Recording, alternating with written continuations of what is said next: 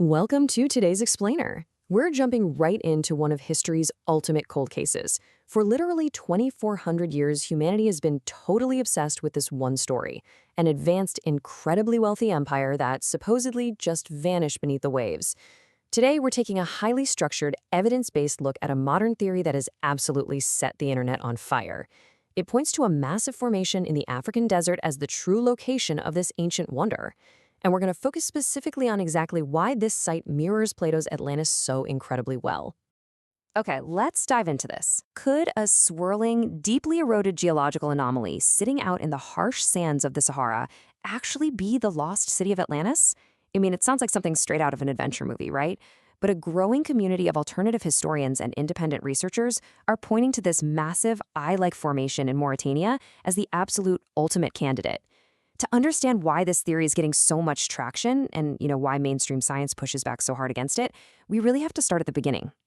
Part 1. Plato's original blueprint, the ancient case file.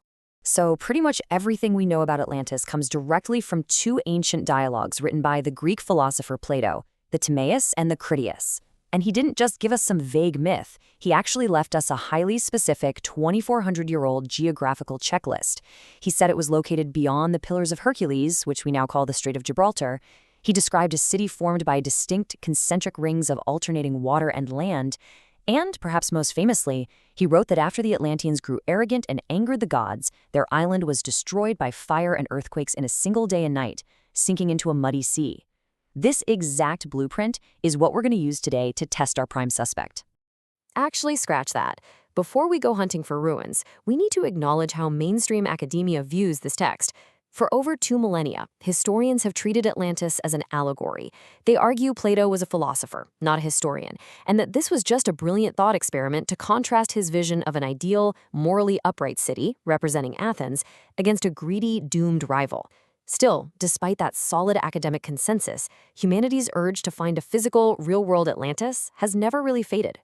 Which brings us to part 2, the prime suspect, the Eye of the Sahara.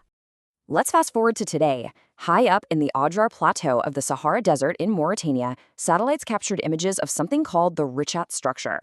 It's this stunning, nearly 50-kilometer-wide circular geological feature that literally looks like a giant eye staring right up out of the earth.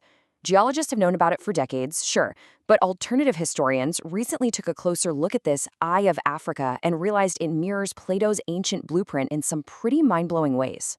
And the sheer scale of those similarities has sparked a massive modern-day treasure hunt. Just take this quote from a recent explorer on an alternative history forum. "I'm going to the Richat structure in Mauritania to investigate many coordinates, hoping to uncover something there." People are literally packing their bags, hiring armed guards, and driving into the harsh desert just to look for physical answers hidden beneath the sand. Part 3, matching the clues, testing the evidence. Now, what's really interesting here is the staggering physical alignment between the ancient text and modern satellite data. This is precisely why the Richat structure mirrors Plato's Atlantis so perfectly.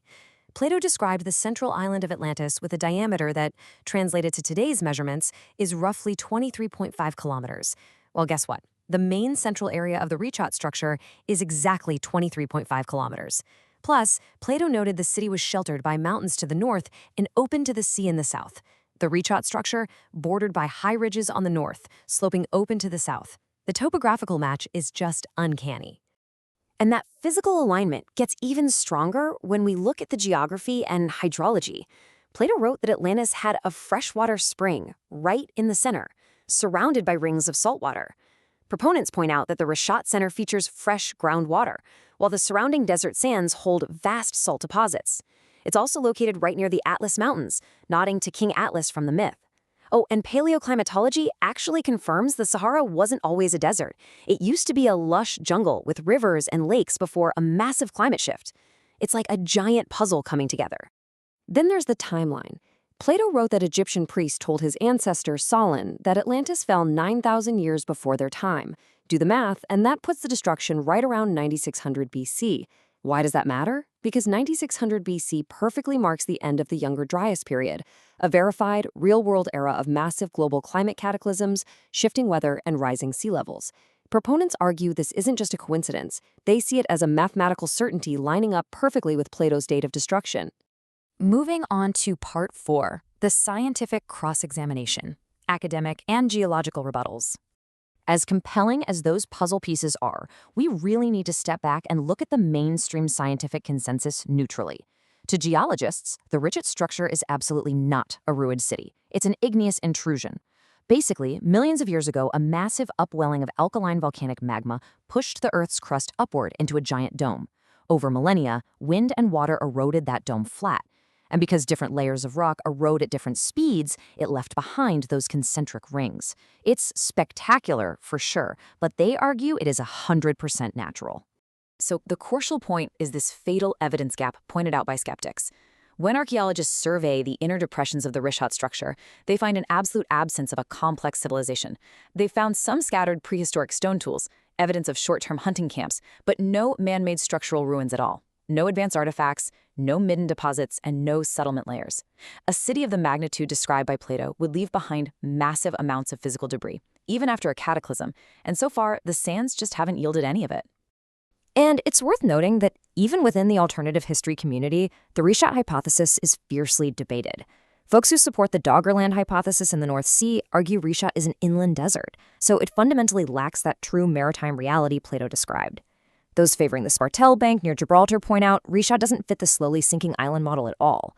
And supporters of the Santorini volcano theory argue the complete lack of Bronze Age ash at Richat totally disqualifies it. Plus, we've got to remember the ancient context here. Even Plato's contemporaries were pretty skeptical. The historian Strabo actually recorded a joke made by Aristotle, who was Plato's own student, by the way, pointing out Plato's convenient ability to conjure glorious nations out of thin air just to destroy them to prove a philosophical point. Finally, part 5, myth or sunken reality, the enduring mystery. So we're left with this really fascinating tension, right? On one hand, incredible geographical coincidences. On the other, is stark lack of hard physical proof. But alternative researchers do have a defense. They rightly point out that the Sahara is literally one of the most hostile environments on Earth, making deep excavation and ground-penetrating radar incredibly limited. They also remind us that discoveries like Göbekli Tepe in Turkey completely shattered established timelines, proving complex architecture existed way earlier than mainstream science thought. Add in the fact that over 600 cultures worldwide share a surprisingly similar flood myth, and they argue the book on human history is far from closed. Which brings us right back to that Reddit explorer we mentioned earlier, who pretty much nailed the spirit of this whole investigation. Remember, there's a very good chance that, after all, it is natural, but there's only one way to find out. Testing bold hypotheses, questioning the established narrative, and physically going out into the world to seek the truth. That is just a deeply worthwhile human endeavor. So, I'm going to leave you with this final thought to ponder. When you look at the eye of the Sahara, what do you see? Are those perfectly concentric rings just an incredible random coincidence of volcanic geology and wind? Or is the desert sand actually hiding the ghost of a forgotten world that Plato tried to warn us about 2,400 years ago? The evidence is on the table, and the mystery continues. Thank you so much for joining me in this explainer, and keep questioning the world around you.